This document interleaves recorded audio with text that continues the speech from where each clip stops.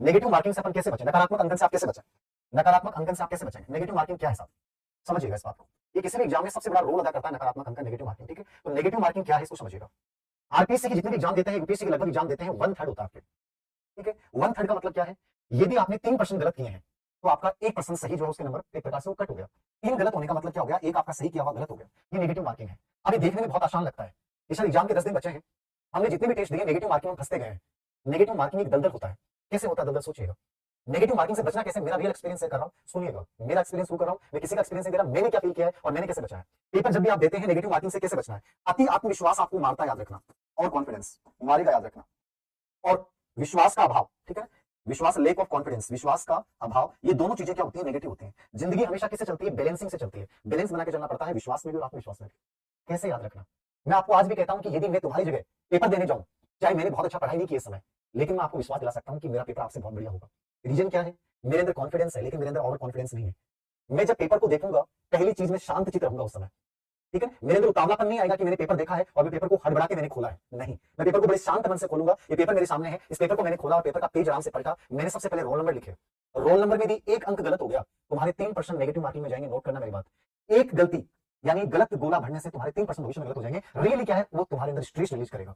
मैंने आराम से रोल नंबर भरे, और रोल नंबर भरने के बाद मैंने पेपर को खोला और मैं पूरे पेपर को आराम से पढ़ रहा हूँ, रिलैक्स में। मैंने सबसे पहले उन्हीं प्रश्नों का चुनाव किया जो मेरे सहज थे, मेरे अपने थे। समझ रहे हैं आप, जिंदगी में शुरुआत हमेशा अपनों से करें। किससे करें, अपनों से करें। पेपर में अपने कौन, पेपर में अपने कौन बताएंगे मुझे, पेपर में अपने कौन, पेपर में अपने वो हैं जिनको आपने पढ़ा है, जो आपने एकदम आपके कॉन्सेप्ट क्लियर है। आपने मान लीजिए 100% है और उसमें से 30% आपके अपने हैं, या मान लीजिए 60% आपके अपने हैं, आपने 62% अपनों को चुना और आपने कर दिया, तुम्हारा कॉन्फिडेंस बूस्ट हो चुका होगा जोरदार वाला।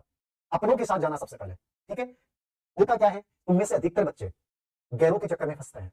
गैर कौन, जो बाहर से बड़े चमकीले लगते हैं, पर्सन इतना बड़ा है, लैंग्वेज इतनी बड़ी है, समझ में कुछ नहीं आ रहा, पहला वर्ड समझ में आया, लास्ट वर्ड समझ में आया, बीच में कुछ समझ में नहीं आया, कभी चक्कर में मत पड़ना। मैंने आपको पहले उदाहरण दिया था, जब भी ट्रेन में जाओ, बस में जाओ, जिसने पूरा मुंह ढक रखा है और जिसकी सिर्फ आंखें दिखाई दे रही हैं, मत फंस जाना उन आंखों के चक्कर में।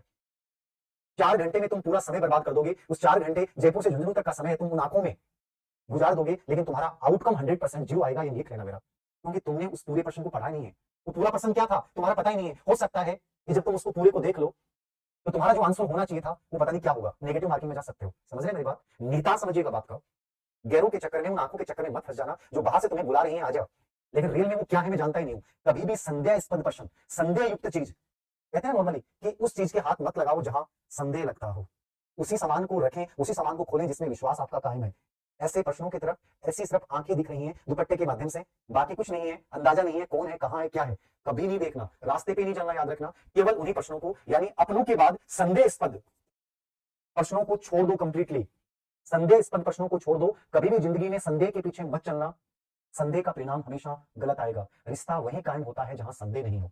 संदेह हो गया ना आदमी को, तो कभी भी याद रखना वो रिश्ता आउटकम नहीं देता है, और जिस पर्सन पे संदेह हो गया वो पर्सन कभी भी सही नहीं होगा। नेगेटिव मार्किंग से बचना है, इस संदेह को छोड़ दीजिएगा। जो भी संदेह वाले पर्सन है, जिनकी लैंग्वेज समझ में नहीं आ रही है, कोई तुक्का नहीं लगाना है, कोई गेस नहीं लगाना है, चाहे तुम्हारे कितने प्रश्न कम हो जाए, उन प्रश्नों को हाथ नहीं लगाना है।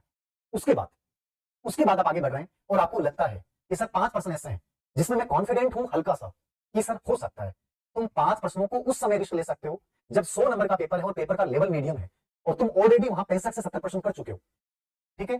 पेपर का मीडियम लेवल है तो तुम कर सकते हो, बाकी आप नहीं भी ले तो कोई फर्क नहीं पड़ेगा। याद रखना, नेगेटिव मार्किंग से हमें जहां तक हो बचना चाहिए।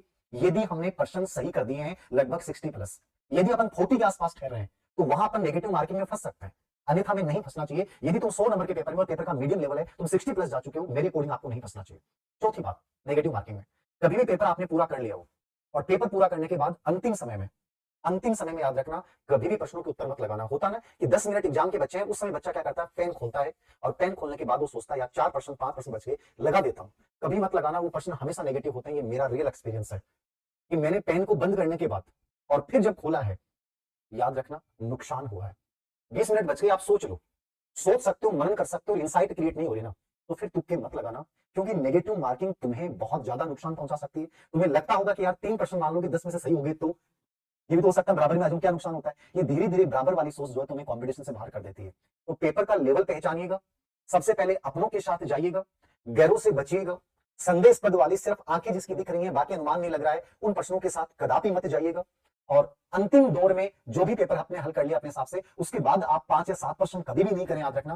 कोई बात नहीं, जितने हुए आप बंद कर दीजिए, याद रखना। आपको स्कोर आपको बढ़िया लग रहा है, यदि मान लीजिए आप 30-35% कर पाए तो आपके पास ऑप्शन नहीं है, आपको नेगेटिव मार्किंग में जाना पड़ेगा और आपको जाना चाहिए, याद रखना। कोई ऑप्शन आपके पास बचता नहीं है, तो आप नेगेटिव मार्किंग में जाइए, अन्यथा नेगेटिव मार्किंग में नहीं जाइए। और पांचवा और अंतिम उपाय नेगेटिव मार्किंग से बचने का क्या है, जिंदगी में याद रखना सबसे इंपॉर्टेंट चीज, मुझे नहीं पता कि आप लोग कौन से टेस्ट सीरीज हल करते हैं, उन टेस्ट सीरीज का आउटकम्स क्या आता है क्या नहीं आता है। धीर सिंह धाबाही जो बोलेगा वो सच बोलेगा, याद रखना। मैंने कभी टेस्ट सीरीज ज्वाइन नहीं की, लेकिन मैं हमेशा क्या करता था, पूर्व एग्जाम के प्रश्न पत्रों को आगे हाथ रख रख के हल करता था, और मैं देखता था कि मैं बेटर कहां कर पा रहा हूं, गलती कहां कर रहा हूं। मैं उन गलतियों को अलग से कागज पे लिखता था कि यार आज मैंने मान लीजिए कि गुप्त साम्राज्य पढ़ा और गुप्त साम्राज्य में मेरे ये प्रश्न गलत हुए, तो गलत क्यों हुए, क्या मेरा और कॉन्फिडेंस था, या मैं पर्सन की लैंग्वेज समझ नहीं पाया, गलती कहां की मैंने, मैं उस बात को तुरंत लिखता था कि मेरी गलती कहां हुई।